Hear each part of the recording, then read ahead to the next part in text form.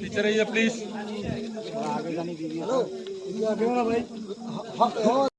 आदरणीय डॉक्टर मानिक शाह महोदयকে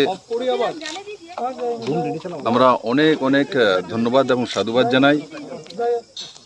উনি সংগঠনে যেভাবে কাজ করছেন এজ এ স্টেট প্রেসিডেন্ট के नाते और ঠিক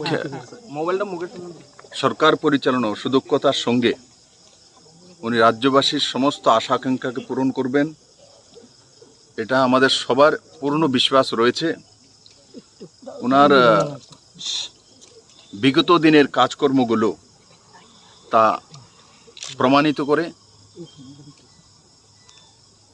আমাদের সমস্ত এমএলএরা একজোটে মানিকবাবুর প্রস্তাব যখন আমি করি সবাই সহমত পোষণ করেছেন এবং ভারতীয় জনতা পার্টি উইথ ডিফারেন্সেস ও সেটা সেইভাবেই আজকে প্রমাণিত হয়েছে।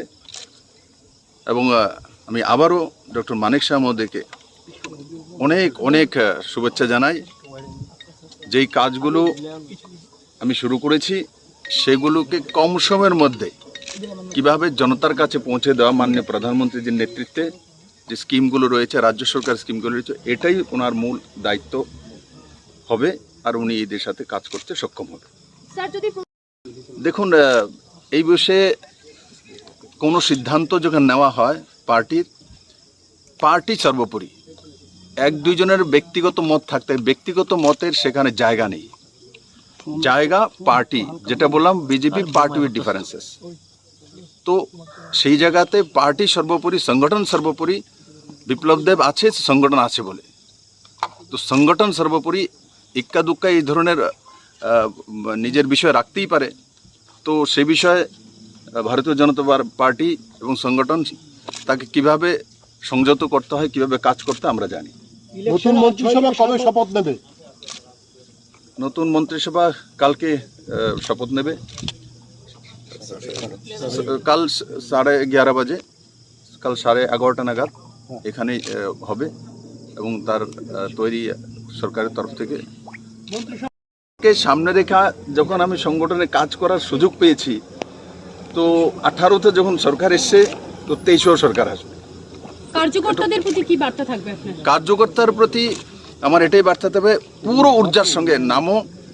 যেভাবে আমি 16 থেকে প্রদেশ সভাপতিকে নাতে কাজ করা শুরু করেছিলাম, পৃষ্ঠা প্রমুখ থেকে নিয়ে একদম প্রদেশ স্তর পর্যন্ত, এবার সমস্ত কার্যকর্তাদের সঙ্গে যাবো, চষে বেড়াবো এবং মুখ্যমন্ত্রী মহোদয়কে নিয়ে এবং পুরো সংগঠন, কেন্দ্র এবং রাজ্য সংগঠন, যেভাবে অমিত ভাই শাহের নেতৃত্বে আমরা 2018-তে এই ঐতিহাসিক জিত হাসিল করেছি এবং মাননীয় প্রধানমন্ত্রীজির নেতৃত্বে এবং নাড্ডাজির নেতৃত্বে আমরা নিশ্চিত এর চাইতে অনেক বেশি সিট নিয়ে আমরা ভারতীয় জনতা পার্টির সরকার করব। 2023-এর নির্বাচনের আগে এই সিদ্ধান্তটা আপনার, এটা কি কোথাও গিয়ে একটা সরকারকে বেকায়দায় বা এই পার্টিকে একটা বেকায়দায় ফেলে বিশ্বাস তৈরি দিলাম আসলে বেকায়দায় কেন ফেলবে?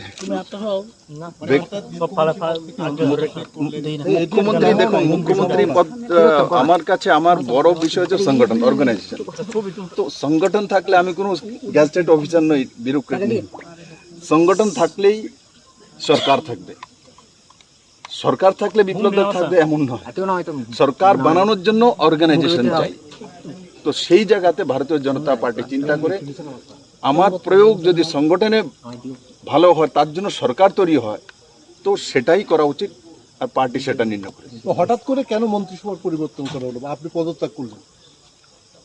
বিজেপিতে যখন হয় এমনভাবেই হয়, অন্য দলের মধ্যে ঢাকঢোল পিটা হয়, সবকিছু জানা হয়। বিজেপিতে দেখবেন যখনই কোনো সিদ্ধান্ত ভাবুক, তো ভাই আমরা ভারতীয় জনতা পার্টির কার্যকর্তা, আমরা পারিবারিক লোক, ফ্যামিলিয়ার, আমরা কমিউনিস্ট পার্টির মতো মেকানিক্যাল নয়। তো স্বাভাবিকভাবে আমি যেই জায়গাটাতে কাজ করি সেই জায়গাটা, সেই কাজটার জন্য মায়া মমতা থাকে প্রত্যেকে। যদি আমি বলি যে না এটা মিথ্যে, এটা হয় না, তাহলে আমি লগন সে কাজ করিনি। লগন সে কাজ করেছি, সেটা প্রমাণিত করে। আমরা ভারতীয় ভাই, ইমোশনাল তো হবই। এর মধ্যে নতুন কিছু তো নেই। পরবর্তীতে আপনাকে আমরা কোন পদে দেখব স্যার? পরবর্তীতে আপনাকে কোন পদে দেখব? পরবর্তী সময়ে কি পদে দেখবে আর কি পদে কাজ করব সেটা আমাদের রাষ্ট্রীয় অধ্যক্ষ শ্রী অমিত জেপি নাড্ডাজি তয় করবেন। নতুন মন্ত্রিসভা কতজন সদস্য হবে? বলছিলেন আপনি কি বিজেপি রাজ্য সভাপতি পদে ফিরে যাবেন কোনোভাবে? নেই, সে দায়িত্ব কি হবে সংগঠন তয় করবে, আমি তয় করতে পারি না। ভারতীয় জনতা পার্টিতে সর্বোপরি রাষ্ট্রীয় অধ্যক্ষ তয় করবেন, আর অর্গানাইজেশনের মধ্যে যেটা সঠিক সেটাই করবেন। সবদিকে উন্নয়ন হচ্ছে কিন্তু এর মাঝখানে পদত্যাগ করা রাজ্যবাসী মেনে নিচ্ছে না, এটা সম্বন্ধে কি বলবেন? কিন্তু আজকে এই মুহূর্তে যখন আপনি অনেকটাই স্টেবল, আপনার সরকার অনেকটা স্টেবল ছিল, তো স্টেবল বলে তো সিদ্ধান্ত নিয়েছে যে সংগঠনে কাজ করতে হবে। আনস্টেবল ছাড়বো তো কে রাখবে? আপনি তো বলছেন এখন স্টেবল হয়ে গেছে। স্টেবল হওয়াতে এখন স্টেবল যখন হয়ে গেছে বিপ্লব দেবে ফিল্ডে দরকার আছে। স্টেবল না থাকলে আমি বলছি কোন বিধায়ক চোখের জল ফেলছেন আপনার জন্য, কোন বিধায়ক বিদ্রোহ করছেন, সাধারণ কার্যকর্তারা এটা কিভাবে নেবে, কি বলবেন? ইমোশনস আসতেই পারে। আমাকে ভালোবাসে, সংগঠনে কাজ করি, আমার সঙ্গে কাজ করে, ইমোশনস তো আসবেই। আমিও তো ইমোশনাল হই, তো তার জন্য এমন কার্যকর্তা আমাকে ভালোবাসে, কার্যকর্তারা চায় যে নেই এই দৃষ্টিতে থাকুক, আলাদা আলাদা দৃষ্টি থাকে, তো এটা মিশনের কোনো ধরনের পরিবর্তন হবে কি?